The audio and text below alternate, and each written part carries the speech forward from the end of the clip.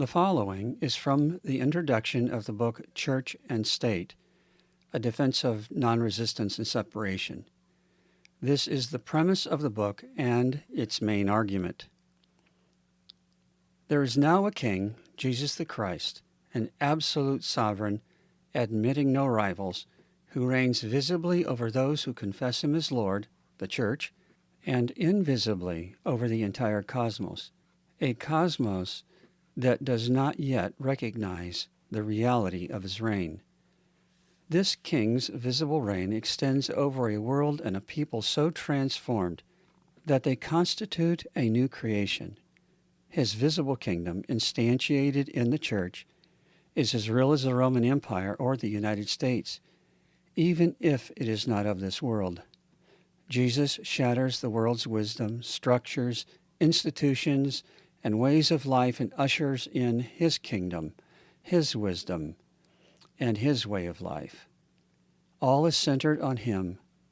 All this he made possible by his obedience to the Father's plan, for the Father's glory, and by the Spirit who is given to those who follow him, empowering them to live obediently to King Jesus' commands to the glory of the Father. King Jesus redefines reality and illusion, the possible and the impossible, the realistic and the unrealistic, the responsible and the irresponsible, the idealistic and the realistic, the attainable and the unattainable, and the desirable and undesirable. He turns the world upside down.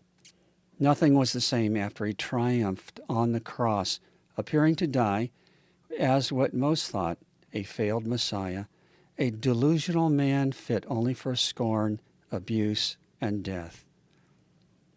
For all those who live under his rule, every dimension of life is radically altered.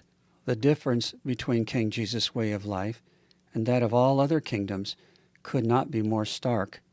His citizens unconditionally forgive, unconditionally love, sacrificially serve and care for others before seeking their own good, live in mutual submission, and refuse to resist, retaliate, coerce, or use violence, great or small.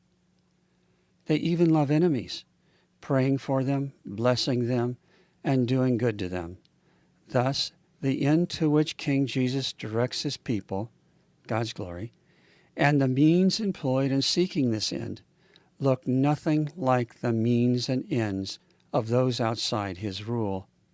Our previous life of bondage in other kingdoms was but a rebellious, tragic, and wretched parody of true life. The life he calls us to under his rule is not an unrealizable ideal, but realizable by the transforming power of God's Spirit. So different are King Jesus' people, their task, and the kingdom they inhabit from all other peoples, tasks, and kingdoms. And so deep is the enmity of the world to King Jesus and his people, we find that no meaningful accommodation with or participation in these other kingdoms is possible. His people live in a world made new. All others live in a dying world, a world in rebellion, a world passing away, a world that all must leave if they are to escape destruction.